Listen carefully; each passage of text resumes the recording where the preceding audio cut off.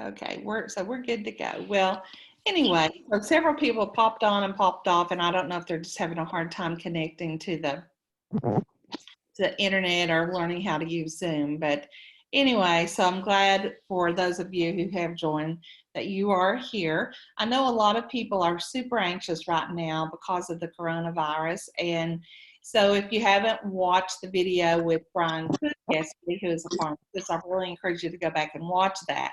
He talked with some really great information from the CDC yesterday.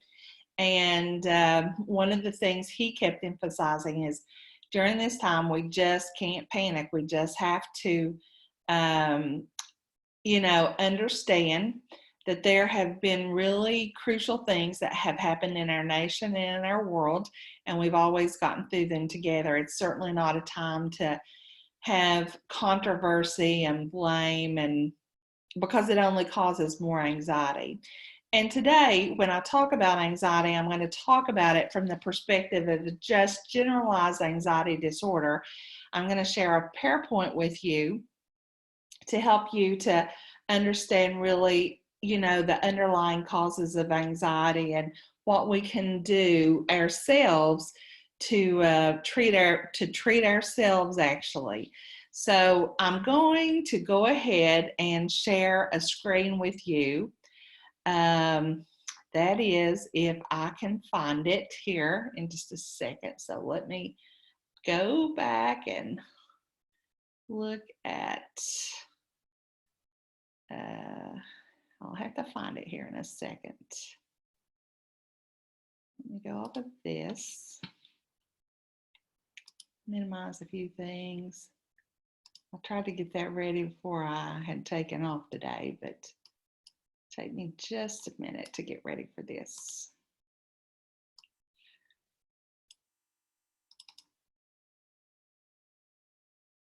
Okay.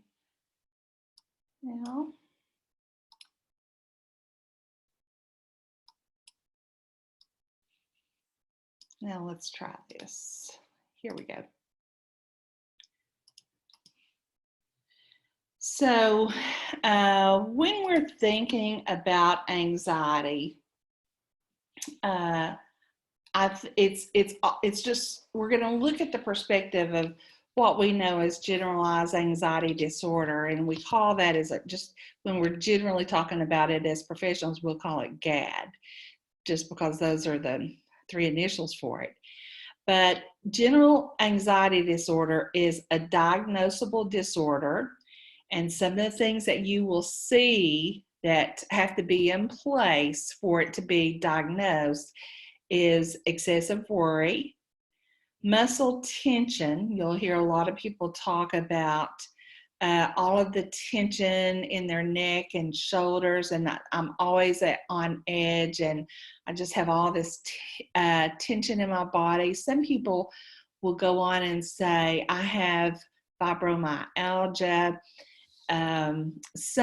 Another characteristic is just restlessness. Sometimes you will, if you have anxiety, you may not be able to just really sit still. You may find yourself pacing, wringing your hands, not wanting to stay in one place. You can't get a sense of comfort or ease.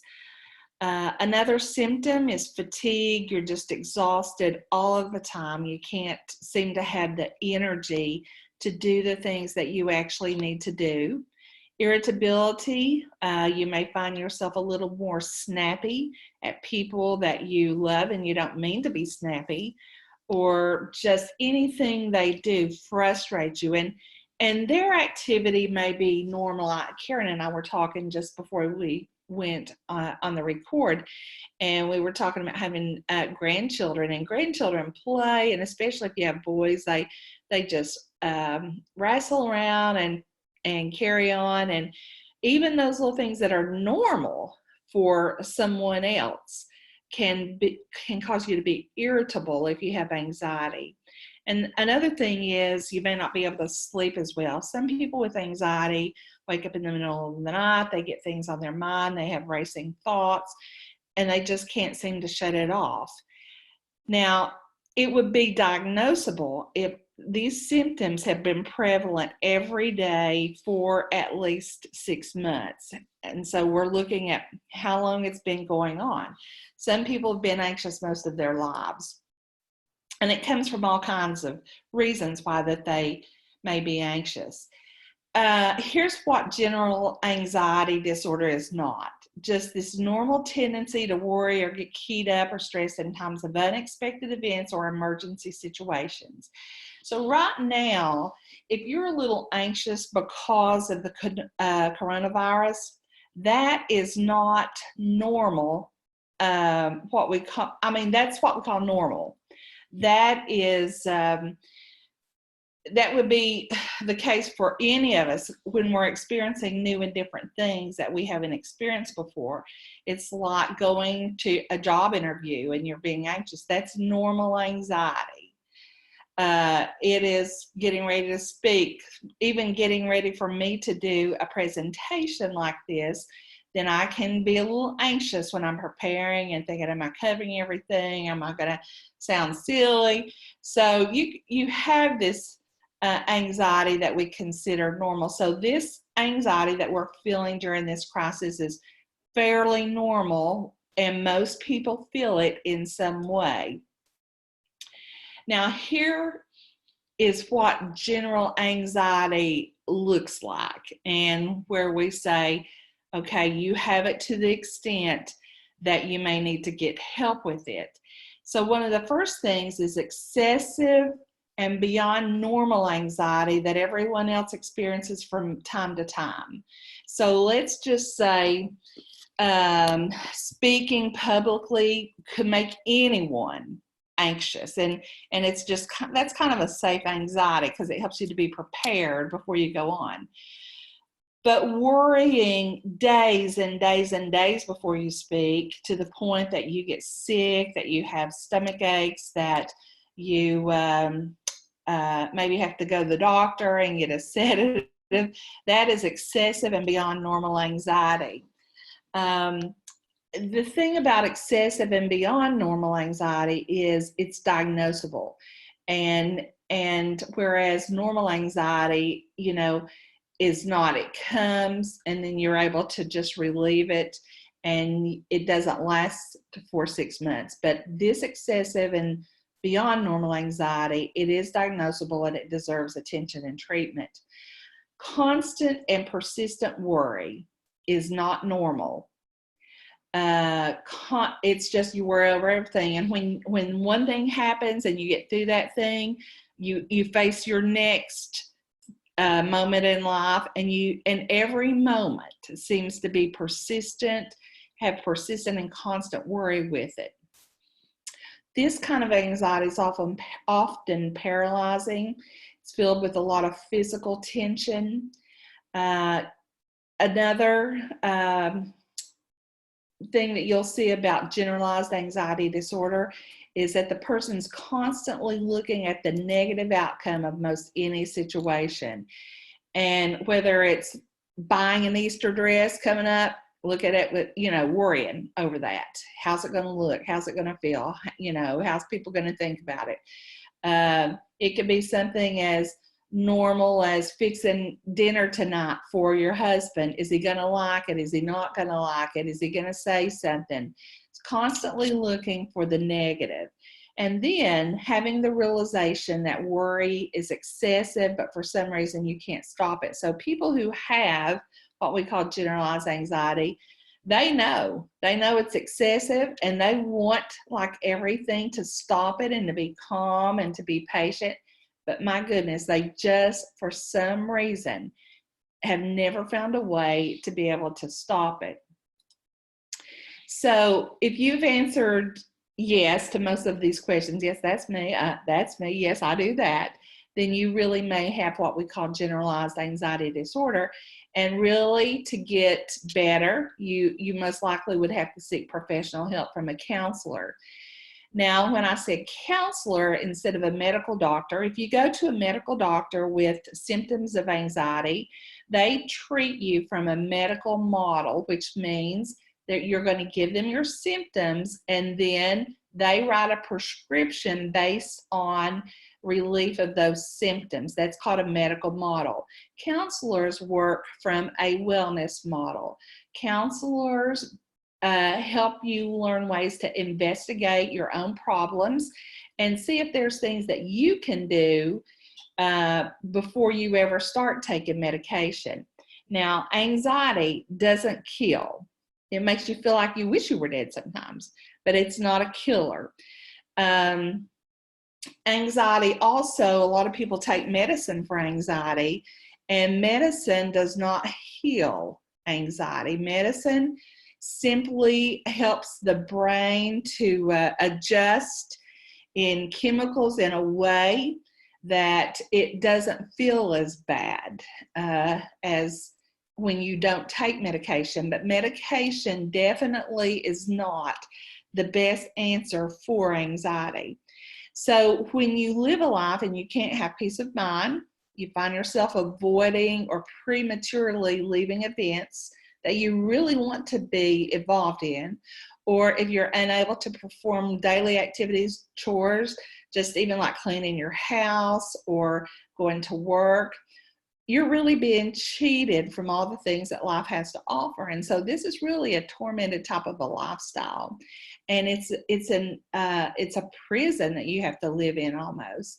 So over time, if you don't seek treatment and try to work on this, then it will affect your physical, mental health, and then other problems are most likely to increase. We know that 4% of the population struggles with generalized anxiety disorder. And when I read this, I thought, I think that's a low number because I know 25% of the population struggles with depression. But this is what I read in some of the research, so I'm going to go with this number. And so if 4% of the population, that's 4 out of 10 people, are struggling with generalized anxiety disorder, then what we want to look at is the components of why is this happening to me? What's happening in my body that's causing me to feel this way? So there's 3 major components: the thinking component, the physical components, and the behavioral components. So your thinking components are this chronic worry over every single thing, everybody. If one good thing happens and it's resolved, you'll find another thing to worry about, as though we can fix a lot of things that we can't fix. Then the other component is physical, and this is all this muscle tension. I tell people in counseling all the time, you'll see people with all of these, there's a wrinkle right here that goes like this, vertical. And then you'll see a lot of horizontal lines that go. And then you'll have people who come in, they have all this tension in this part of their face. And I tell people in counseling lots of times, this tension that you're holding here is about others. This tension you're holding here, where you're clenching your teeth or grinding your teeth, is about you.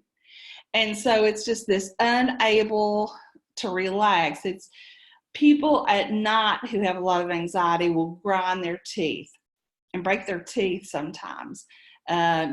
People that have a lot of anxiety often will find themselves, going for massages or things like that, because they're just searching for a way to get this load off of their shoulders, because it feels very tight. It feels like there's a heavy weight on your back. I remember my doctor this was in my 30s. I went for an exam, and he said, my goodness, the tension in your shoulders is so much that if somebody took scissors and clipped something back there, you would fall apart, just like you would fall into a million pieces. He said, you're holding much too muscle tension in your shoulders. And so I've never really thought of myself being anxious, but maybe we have this unawareness of the anxiety that we actually have. And then there's the behavior component, and this is where we begin to avoid people, places, and things because they make us anxious. And there's some people that we can be around and even just being around them. We can start to do things like pace or wring our hands or have racing thoughts or just sweating or have this fear. So there's some behaviors of avoidance when we have anxiety. And then one of the ones that we don't think about all so much, but it drives anxiety like nothing else. And this is this reassurance seeking.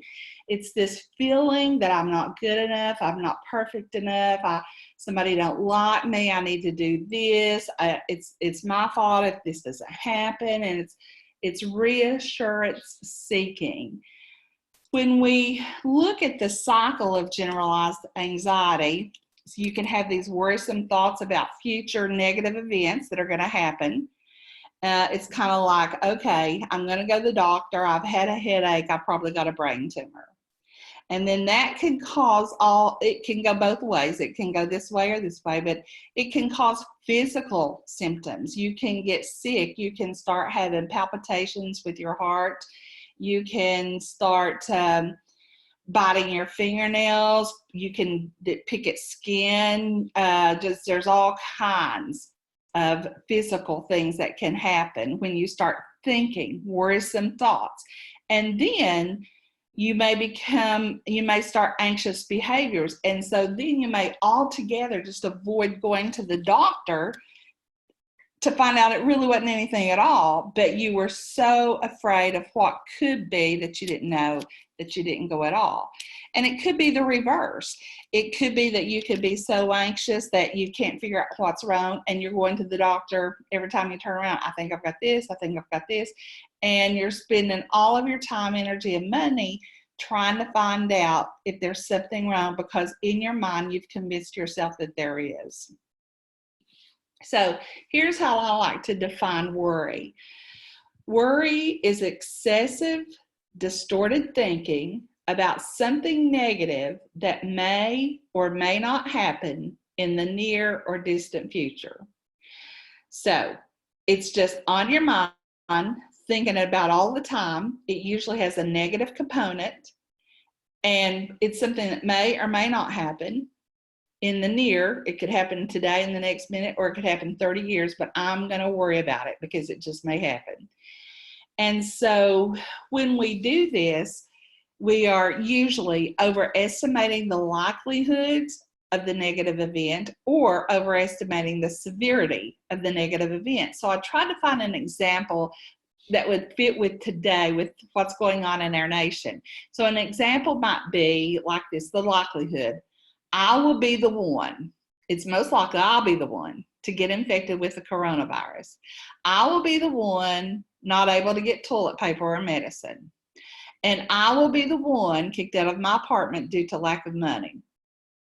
And so it really becomes internalized in the individual. And it's this idea, it's going to be me, it's going to be me, it's going to be me. Overestimating the severity of the negative event would sound more like this: I will be the only one not able to get toilet paper or medicine, and I will be the only one who loses their apartment. I'll probably end up homeless, and I'll be the only one who is not able to get medical treatment, and I'll die. And probably my whole family's going to die because, you know what, this is my life. If anything bad could happen, it's going to happen to me.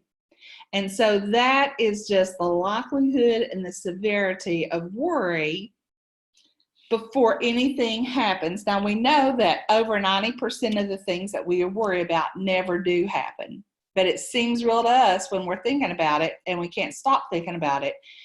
And we know that we've worried about things that have never happened, but to be able to go back and stop it, it's really just too hard. So chronic worriers imagine the worst case scenarios in every single situation. So it's not what they worry about, but it's how they worry. So what we need to understand is when you have anxiety, other people worry about the same things that you worry about. So for instance, you may be a persistent worrier about your children and grandchildren.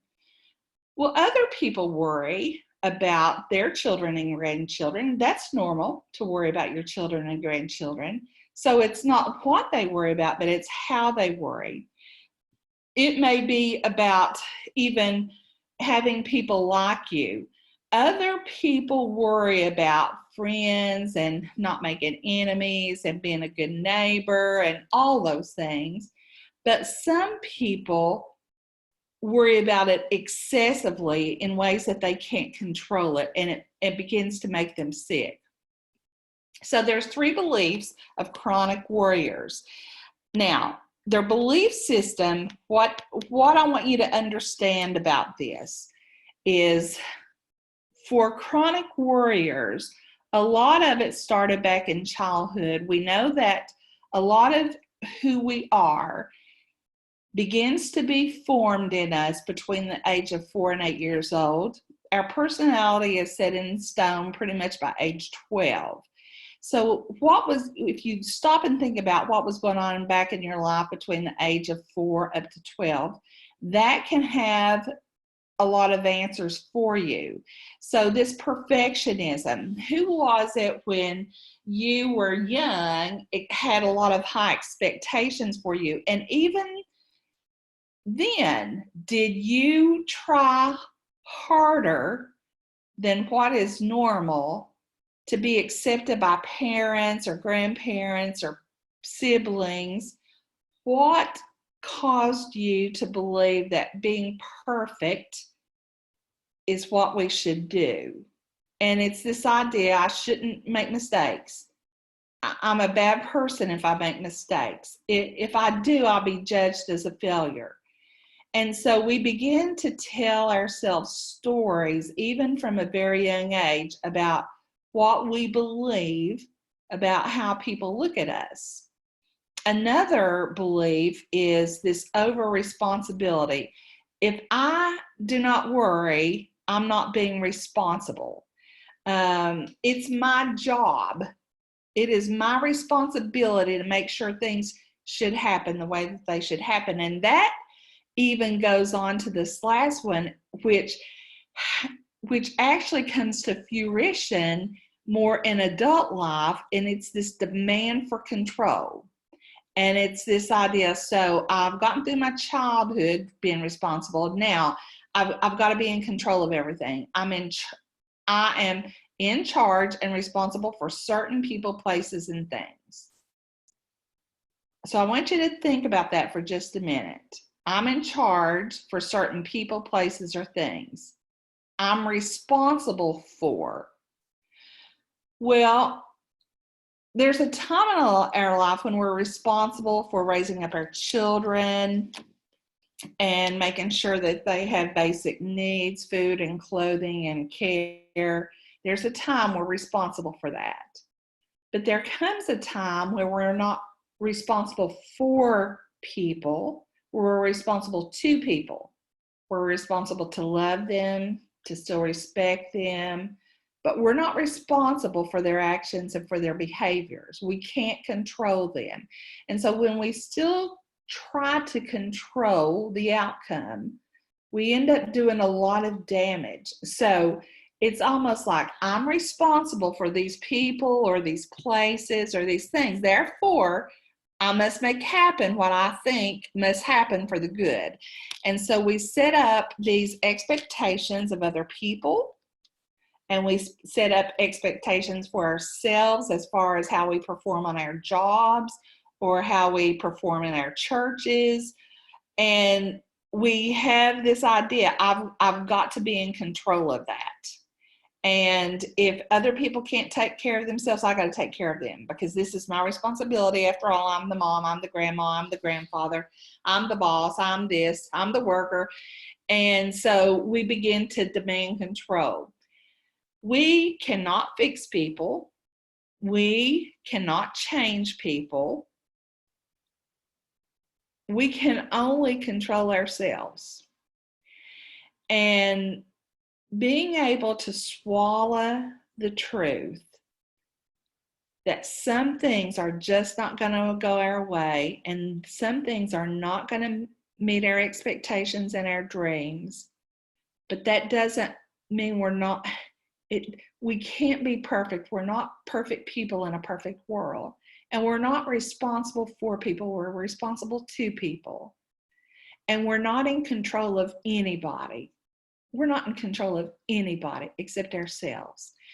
And so being able to think about this in a different way is one of the beginning places to help us address our chronic worry and our chronic anxiety. So your physical responses, again, are the reactions to our thoughts. So your thoughts are going to produce these feelings. And so some of the feelings are this muscle tension in your body, irritability, sleep disturbance, unable to relax, and then those respiratory, cardiac, and gastrointestinal symptoms. So behavior or actions that result from distorted thinking include avoiding people, places, and things. And when you avoid people, places, and things, it only reinforces your distorted thoughts.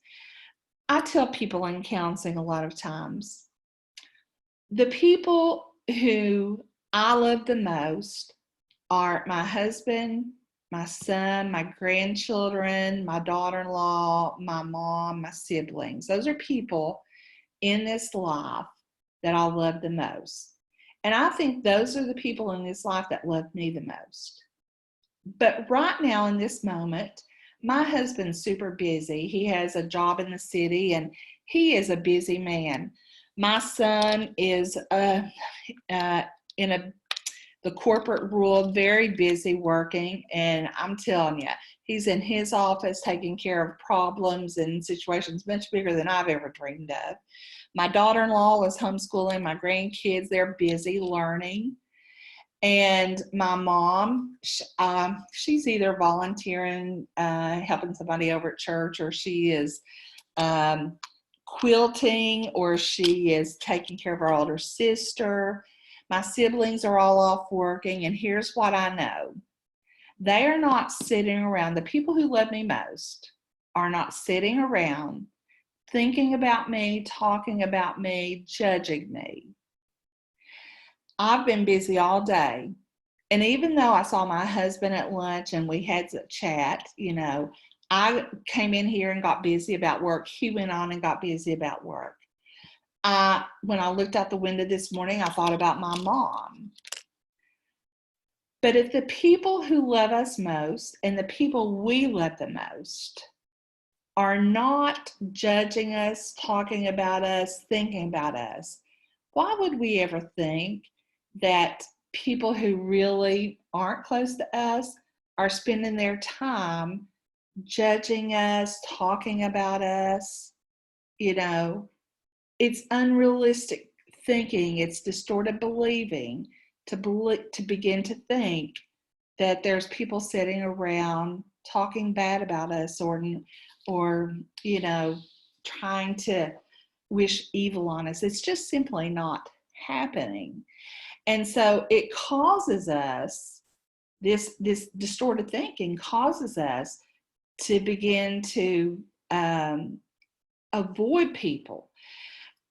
Over reassurance behaviors, is being overprotected of loved ones, can become an annoyance to friends and family. It's like I counsel parents who are driving their kids crazy. They're teenagers, and of course they do teenage things, and so we worry about those things, but constantly calling, is everything okay? Are the kids okay? Did you make it? Are you home? Call me before you leave. Call me when you stop here. Call me this. When we do these overprotective behaviors, we become an annoyance to friends and family. It causes loss of relationship. It causes people just not to want to have to be around you so much. Failure to seek medical attention or seeking constant medical attention. So we have some people who need to go to the doctor, but they're anxious and they won't. And then we have and that's frustrating for family members when you have somebody sick and they need to keep their appointments, but they're afraid of the news they might have, so they won't go. And it's very frustrating, but we can't control that. Or on the other hand, just constantly going to the doctor and you end up spending all the money you've got seeking for an answer that there is not an answer to. One of the things that's most dangerous to me is when you have anxiety, you'll do things to try to self-soothe yourself. And that's and these things can be very harmful. And that would be things like taking drugs, drinking too much, getting involved in pornography, shopping and spending too much because you just can't get settled. You can't be restless. I mean, you can't stand all this restlessness that you have. So there's lots of harmful self-soothing behaviors that people get involved in. And then a lot of times when you have anxiety that's out of control, you can't do your job, you lose your job, you won't go to work, and you'll have a loss of income. And then you begin to lose yourself. And when you lose yourself, it's hard to pull out of that and you lose your self-esteem. So there's all kinds of actions that result from distorted thinking that we just really need to avoid. So let's look now at some treatment things that can happen. And we're almost to the end of these slides, so I'll try to give you a few minutes to ask some questions. But one of the biggest ways to start is called self-awareness. And how you do this is you become, instead of an observer of your own anxiety. You begin to watch, and I tell clients all the time, journal, record. If you get anxious, sit down, get yourself a journal and write what made you anxious, who made you anxious, what was going on, how were you feeling, what did it do to your body, what did you notice how did you begin to behave? So self-awareness is your beginning point. If you want to get better, you can get better. Your body can get better. Your brain can get better. But you have to be self-aware. You have to know yourself. You have to know what makes you anxious. And then you have to ask yourself questions like, why do I think that? And, where am I at? Is something about the atmosphere of this place reminding me of something, or am I feeling scared, or am I feeling closed in or overwhelmed? But you begin to become self-aware and you begin to observe your own anxiety, and then you journal or record that. Relaxation, breathing is the number one way to decrease your anxiety. I recommend all the time, buy yourself an oximeter that it fits on the end of your finger. They use it at the doctor's store. You can get them at Amazon. But buy yourself one, and when you feel anxious, put this on your finger and see what your heart rate is. And then practice 5 to 10 deep breathing exercises, and then check it again. And I have a guy doing this right now, and he came back after the first time and he said, I'm so amazed. When you said that, I thought, I think she's cuckoo. But he said, I've been doing this. He said, in fact, I've got it out in my truck right now. And he said, it really works. So deep breathing is where you just inhale through your nose, a deep, deep breath that it fills up your belly with the air. And you hold that for about 4 seconds, and then you pretend like you're blowing through a straw. Just you purse your lips and you blow a slow, steady, all the way out. And if you could do that 5 to 10 times, that's going to reduce your anxiety and reduce your heart rate. Progressive muscle relaxation is the second thing. And that is just where you decide to choose a part of muscles in your body. And if it's your shoulders, all you're going to do is you're going to tense it and hold it for about 10 seconds, as hard as you can tense your muscle. and then you just relax it. Just let all of that flow, that blood flow back in. Now, in counseling, I'll have people start with the muscles in their toes, go all the way up their legs, all the way up their back, down their arms, in their face, and then back down. And that will take about 30 minutes to do that exercise the right way. But you're tensing your series of muscles in your body. Hold for about 10 seconds, really tight, and then just relax for about 20 seconds, and then repeat that. If you start having anxious thoughts in that process, because some people said, I even get anxious doing this, then we would integrate mindfulness. And an example of mindfulness would be to imagine yourself putting your anxious thought in a cloud in the sky and watching it just float away. It's just that you imagine in your mind, you put the worry in the cloud or a helium balloon and just watch it fade away. Sometimes I tell people to write down on paper what you're anxious about and then set it on fire and watch it burn away. But you want to be mindful to take control of your thought and then watch it dissipate. And then finally, dispute the worry. So how you do that is you identify the specific thought or prediction that you're having. So here's what I think is going to happen. And then you evaluate the odds of that happening. So, okay, based on history in your life. So let's say I'm scared to death. My daughter is going to get in her car, and before she gets to her destination, she's going to wreck and be killed. Okay, based on the odds of this happening in history, how many times has that happened? I tell people a lot of times, make a timeline of your life and look at all of the things that you've been through, that the Lord has brought you through. And at the time, it seemed like the worst thing ever. And you came right through that unscathed. Then picture what you want to happen in a positive way. So if you have an adolescent driving and you're afraid that maybe they're going to have an accident, change that thought, redirect that thought, and visualize that child arriving to his destination or her destination perfectly fine and having a great time. Rate the severity between 1 and 100. And so part of this, when we talk about the severity, is kind of like you're baking a cake and you're so anxious, the cake's going to fall, the cake's going to fall, the cake's going to fall, or it's not going to turn out good, or it's going to stick to the pan. Okay, so let's just say, okay, it falls and it's stuck to the pan. Write the severity of that, how that's going to affect you, and between 1 and 100. Because lots of times if you rate the severity, it's not enough to drive you crazy. Even if it's a 50, it's not enough to drive you crazy.